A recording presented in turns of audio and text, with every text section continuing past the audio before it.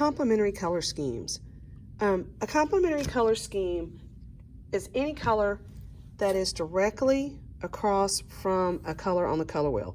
Your yellow and your violet are complementary colors. Now, you would think the blue and the red are, but it has to go across the actual center. So your red and your green are complementary colors, and your orange and your blue are complementary colors. And when you paint with those colors, they take the intensity off of its complement. So it looks something like this when you paint with it. You can see here the violet in its pure form, yellow in its pure form, but this is what it looks like when you mix a little bit of yellow into your violet. It takes that brightness off of it, the intensity off of it. The same thing with this area here. And this is the straight yellow, and this has actually got a tint to it here. Not a tint, this has got its complement here, but it's hard to see, I believe, with the video. And then here's your orange with your blue. You can see that again, when you place the orange with the blue and have a little bit of it, it takes that intensity off of the pure color. And then the same when you're dealing with your red and your greens. They're gonna dull the intensity down. And when I paint my canvases at home, I never use black. I always use its complement. So if I'm doing a landscape and I'm using green for my grass, I'm gonna add little touches of red to give it a different intensity to it. So I want it to be dark, but I don't want it to be black. And here's another example with your red and your green mixed, yellow with the violet, and you're going to have as many different values or intensities of these as you do with your values when you're using your tints and your shades. So I got this one started, and because I have all these shapes on top or in with an area, I wanted to be sure to paint my background first, because I want to be able to have those shapes show up. I want their edges to show up, and I don't want it to have to try to protect them and go back around them. So when you're mixing with your complements, it's the same as when you're mixing with a tint or a shade. So let's say that you take your orange, and it's the same as if you're taking a little bit of black, or you're taking a little bit of that orange and putting it in the white, and then you take that and you mix it in, and it's going to take that intensity off of that orange, and you'll get a color that is dulled down. And then the same way, if you have more black or more white, you add more color, and it's going to change that intensity again.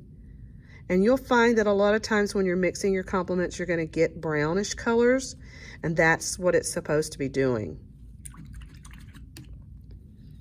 And then you can add even more and change that intensity even more if you wish, and have like an equal amount. And while you do this with your blue, in this case, blue into the orange, and there's 3 different intensities for that color, I can do the same exact thing with my blue, where I'm going to take orange, and I'm going to mix different amounts of orange into the blue. So this is the same thing. A little bit goes a long way. So you can just barely put your brush in it, and then do your mixing, and it's going to dull that intensity down. This is a cobalt blue, so it's a bright, cheerful blue. Then you have a phthalo blue or ultramarine blue. Those are more of your dark royal looking blues, so you would have different intensities with those. And then you'll paint these wherever you choose to put them on your paper. So you can see that you get different intensities when you're using the dark into the light, or you're putting your light into your dark. And then you decide where you're going to want those. And you can use, again, as you see that I've used my orange straight, that you can do the same exact thing and use your blue straight.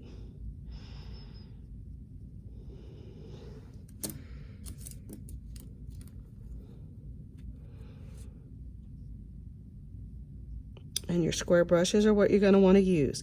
And you also can paint wet next to wet, but you do have to be careful, because if it's got actual wet paint and you accidentally get your brush into it, it will, of course, mix in, and that may not be what your effect that you're going for.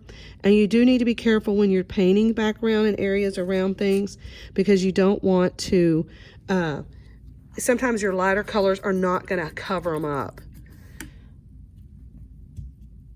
So like here, when I got I got my pink out on when I mixed my tint here, and then I painted it over the red. The red was still a little bit of wet, so it kind of mixed in and it didn't disappear, so I may want to repaint that one. And then you decide which values are going where, which of your complements and how you changed your intensity, where it's going. Remember, acrylic is not supposed to be see-through, so you need to make sure that you don't have any water in your brush, and you may need to even stir your paint up before you use it so that it's not so transparent as that's coming out there. And so be careful with that. And you will just continue to paint and mix your values. And I have too much water in my brush, so I'm going to need to change that out. Add my orange back to it. And then come back and put that back on my composition.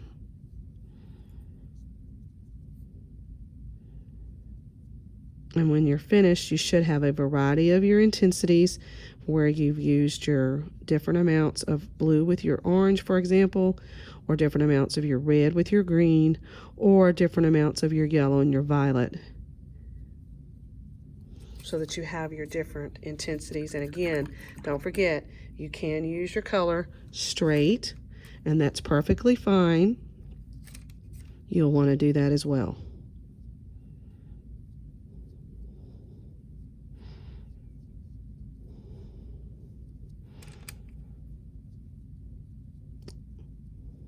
I need to stir that up. Complementary colors.